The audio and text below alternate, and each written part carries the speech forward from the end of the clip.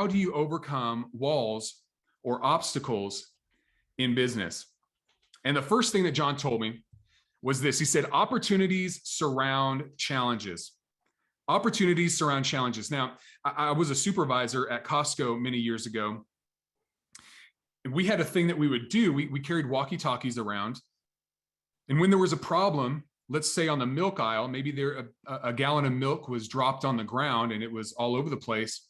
Instead of saying over the radio, the walkie-talkie, hey, there's milk everywhere and it looks horrible. Can someone come clean this up? Because all the other folks on the management team had a radio. So we didn't want to blast out to the entire store that we had issues, we had problems. Instead, we would say, can I get maintenance over by the milk? We have some opportunities, right? Now, I'm a little embarrassed about this, but one time my wife was going into Costco to grab one of those boxes, 15 dozen eggs. I'm not embarrassed about that. Maybe I should be, I don't know. But she was grabbing the box of 15 dozen eggs from Costco. She grabbed it from the sides and the bottom of the box was not taped. So 15 dozen eggs just all over the ground. But I had a guy that I knew, a friend, was nearby. Now, he didn't know this was my wife and he didn't know the situation, but he kindly went over. He was working for maintenance at the time. He walked over. He said, ma'am, let me help you. He got her another box. I'm sure he held it from the bottom that time, put it in the cart, and then cleaned up the mess. And what am I saying here? I'm saying that many times the opportunities in our life, they look like a mess. When I completed my book, I reached out to a friend who had published a book a few years prior, and I asked him for some tips on getting the word out. And he wrote me back this long, detailed response of what I should do with my book.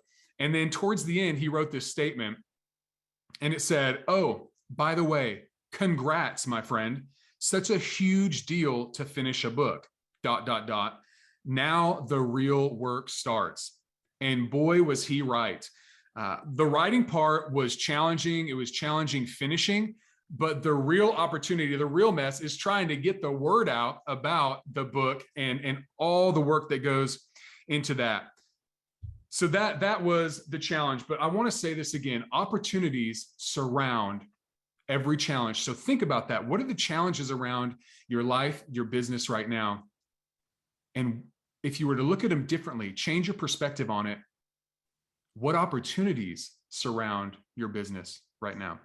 All right, number 2, we got 6 of these, so I got to move fast. Number 2, assess the wall. Assess the wall. Now, I played football in high school. I was a lineman, and we had a drill that our line coach would have us do. We had like a 50-gallon drum that was laid on its side, and it must have had some dirt or some water, something to weigh it down on the inside. I don't think it was full. And then we had a 4-foot mound of dirt, and we had to push with our hands and roll that drum up the hill, one-on-one. Each person had to do it individually. Then the next person would come behind them. And the first time I tried it, I didn't do it. I didn't complete the task. And so what did I do? Well, as a lineman, you kind of have one response: back up, hit it harder, right? So I backed up and I did the same exact thing, but I did it with more oomph, right? More energy, more effort, more intensity. And I was able to accomplish the task. I had unknowingly, 20 years later, right? I had unknowingly taken the same approach in business. If I ran into an obstacle, then I would back up and I would do the same thing over and over again, but with more energy and effort, never slowing down to understand why I was hitting the wall to begin with. And I found in business, when you first start out, you're running on adrenaline. It's not easy. And many times you have no one to talk to or no one really to confide in.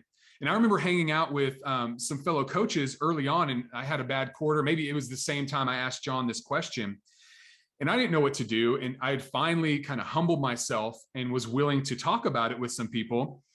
And I mustered up the courage to share my problem with my peers. And don't worry, it wasn't Don and Raj. Let me make that clear.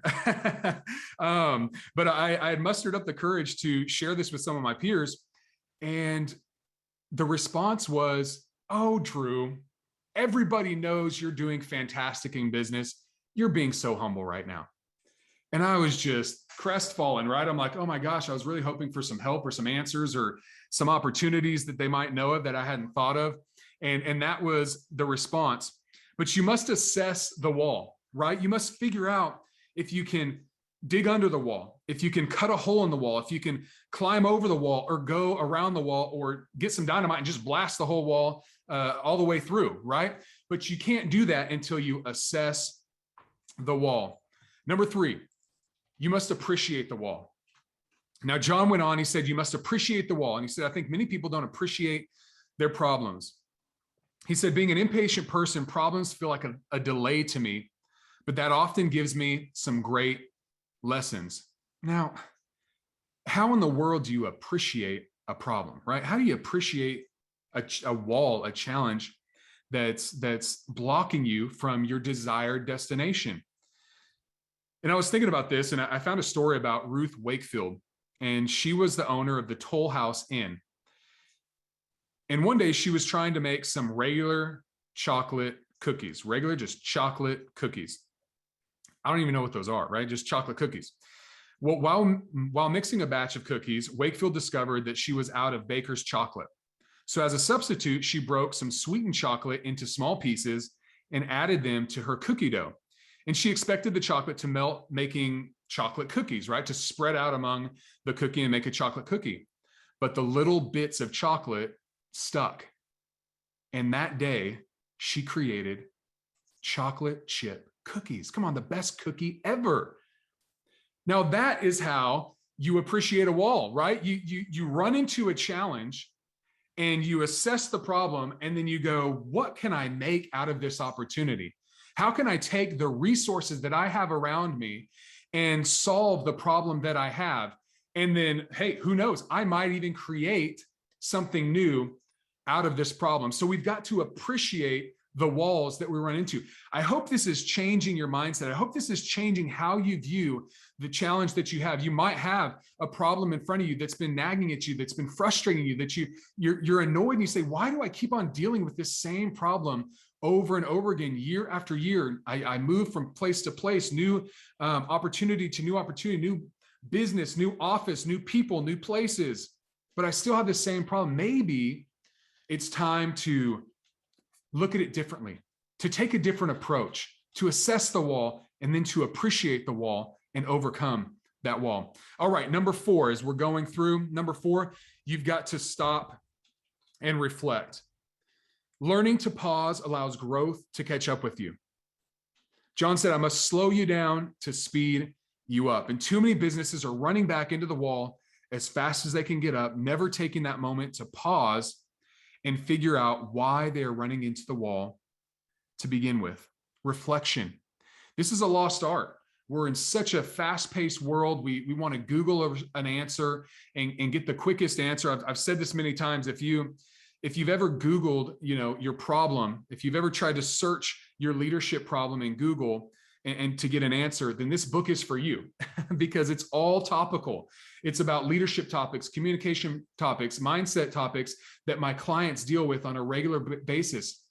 But the way to get through it, and it's funny because so often, I was recently having a conversation with a person that, get this, they are on the brink of losing their job. And I sent them an invoice, a proposal for coaching. And the response was, I don't know if this individual can commit to 2 hours a month for coaching. And I thought to myself, I don't think they can afford not to. What are you talking about? What are you talking about? You can't stop, slow down for 2 hours a month to focus on getting better, to reflect on, why am I having these challenges in the workplace? Why am I about to be fired? We've got to slow down. We've got to reflect. Let me give you one reflection question that has helped me tremendously. And I'll share it with you here. It's this: what's important now? What's important now? Not what was important yesterday, not what was important last week, not what was important, last year when I made my strategic plan. No, what's important now? Like in the last 10 minutes, since I got new information or since this new problem was put on my desk, what's important now? Answer that question and reflect on that, and you will be miles ahead of your competition. All right, number 5 tips that John gave me: business is uphill all the way. Business is uphill all the way. He said, as soon as you solve one problem in business, there will be another problem, a new type of problem that you didn't have to deal with at a prior level that you were at. The last thing that John shared with me is he said, if you want to overcome walls, you've got to develop emotional tenacity and stability. And the realization with this is that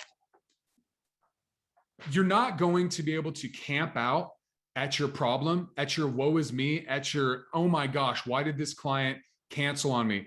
Oh my goodness, this is the situation I was dealt in January of 2022. Conditions completely changed. Or, why did I have to go through this pandemic? And then this great resignation and people jumping ship all the time and going to different companies and whatever the case is, why am I dealt this situation? You can't stay there and move forward at the same time. You can't stay there and overcome the wall at the same time. You can't stay there and overcome your obstacle, or even have the mental energy. If you're whining and complaining, you can't have the mental energy to creatively think through how to overcome that obstacle. So we've got to develop that emotional tenacity so we can overcome those challenges. And let me share just one more thing with you from another guy. I want to make this as practical as possible. I did an interview of a very successful bank president named Drake Mills of Origin Bank a couple years ago. You can see it on my YouTube channel if you want to watch it, the entire thing. It's well worth it. But I asked him, it was right at the beginning of the pandemic, and I said, what are you telling the small business owners that you're working with? How are you counseling them? You've been in business for 30 years, working with small businesses, lending them money. What are you telling them? And he gave me fantastic advice. He said he would encourage them, and what he does do is encourage them to invest in their core competencies and strengthen their weaknesses through trusted advisors and quality people. What is he saying? This is my paraphrase. Double down on your strengths and shore up your weaknesses with strategic partners. So think about, what is the thing that I'm good at? What if you are in business by yourself? What am I good at? What are the skills I have? If you have a team of people, what is that one thing that we are really good at as an organization? What is driving revenue? What are our clients, most happy with? What is that value proposition that we bring that we kill it every time we do it? What is that thing? Double down on that when you're in a challenging spot, and then reach out to experts in their field to help you with the other areas, strategic partners to help you with those other areas. So let me just close with this. Each time I read those notes from John, I'm inspired to pursue my dream. And hopefully during this, as maybe many of you know, my dream is to help you live yours, right? So I want you to be inspired about your dream and why you're doing what you're doing. But this book was written in my 20-year career working with people. And I can tell you that those in the highest positions of power and influence still run into walls, like every day. Running into walls is part of the human experience. And I've seen people act out and self-sabotage when they hit a wall. And I've seen clients break down and cry due to the feeling of helplessness. And so I wrote this book for those of you who feel like they can confide in no one, those who believe they can show no signs of weakness, and those who are supposed to know it all. I know you, I have been you, and I meet with wildly successful people just like you every week. And I desire to provide you with a quick reference guide in this book that can help you solve those problems that executives just like you face every day. Now, know that I'm here to support you on your journey. And as I share this with you, I'm compelled to tell you that I believe in you. And you'll see that on the screen again when I put the share screen down. I believe in you. My dream is to help you live yours. And I want you to achieve that dream. And sometimes when we hit those obstacles, those challenges, those problems, we can forget our dream. We can forget why we're doing it to begin with, the purpose behind it, the passion behind what we do. And so I want you to rediscover that. And if you haven't discovered that, I want you to take some time and figure that out.